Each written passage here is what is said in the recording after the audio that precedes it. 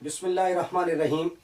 हमारी जो इस वक्त की जो काविश है, जो स्ट्रगल है, जो इस वक्त इंसानों को, मुसलमानों को जिस तरह मुतवज्जे होने की ज़रूरत है, वो है कुरान फ़हमी।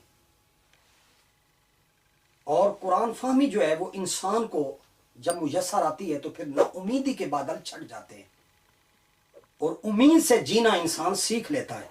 आज के जो हालात हैं, दुख और सुख, ये जो आपकी मेरी ज़िंदगी के साथ लगा हुआ है, ये इंसान की ज़िंदगी का खासा है। कुरान बताता है कौन सा ऐसा इंसान है जो पैदा तो हुआ हो लेकिन उस पर मौत न तारी हुई हो, जवान तो हो और वो बूढ़ा ना हो, सेहतमंद हो और बीमार ना हो, ये सब कुछ होता रहता है। इसी का नाम जिंदगी है। बहुत सुखी लोग दुखी भी हो जाते हैं। कोरोना वायरस ने यही सबक तो आकर अल्लाह ताला की तरफ से सिखाया जा रहा है कि सुख राहत आसानी के साथ साथ दुख कर्ब अजियत और परेशानी भी देखो, ये भी कायनात का हिस्सा है।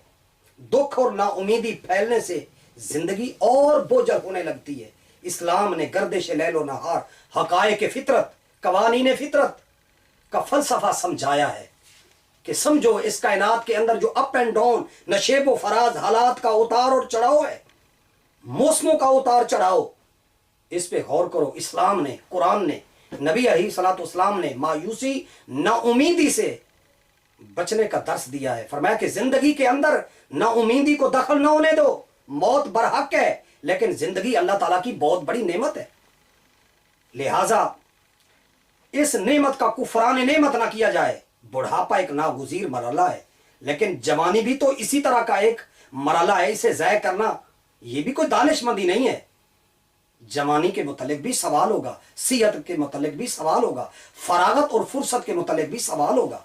बीमारी बिलाशुबा एक आजमाइश है, एक इब्तिला है, एक इम्तिहान है, एक आफत और मुसीबत है, लेकिन सेहत कितनी बड़ी नेमत है। इस नेमत को बुरे कामों में, गुनाहों के कामों में मत ज़ाया करो। इस पर इंसान को मसरूर और शुक्रगुजार होना चाहिए। दुख जिंदगी का लाजमी जुज़्व ला यनफक है, लेकिन इससे पहले सुख को खुद ही दुख में बदल देना और अपने ऊपर मायूसी और नाउमीदी की चादर तान लेना नाशुक्री है, कुफरान नेमत है। सुबह से लेकर शाम तक सोए हुए, कोई फिक्र नहीं, ना नमाज, खा लो पी लो फिर सो जाओ, जिस वक्त भी देखो उसी वक्त सो रहे हैं।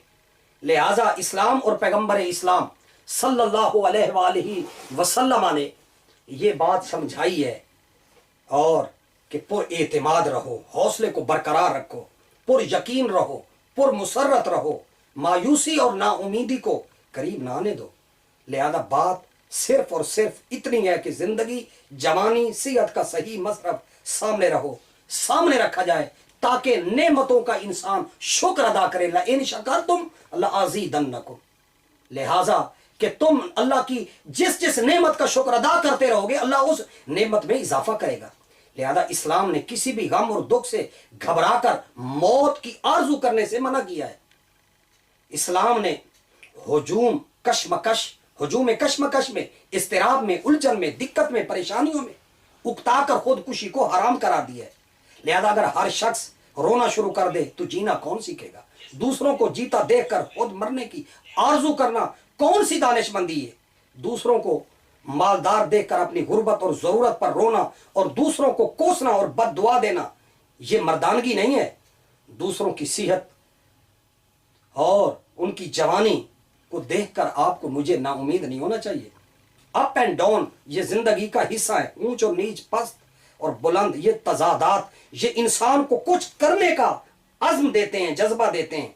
लिहाजा ये कोरोना वायरस की इस वबा के अंदर में आपको मुझे उम्मीद का चराग जलाने की जरूरत है। उम्मीद का चराग सोकर नहीं आएगा, नमाज पढ़े बगैर नहीं आएगा, कुरान की तिलावत के बगैर नहीं आएगा, तौबा के बगैर नहीं आएगा, इस्तिगफार के बगैर नहीं आएगा। हाथ पे हाथ रख कर बैठे रहेंगे तो कुछ भी नहीं होगा। आपको मुझे स्ट्रगल करनी होगी। जिंदगी मर मर के जिए जाने का नाम है।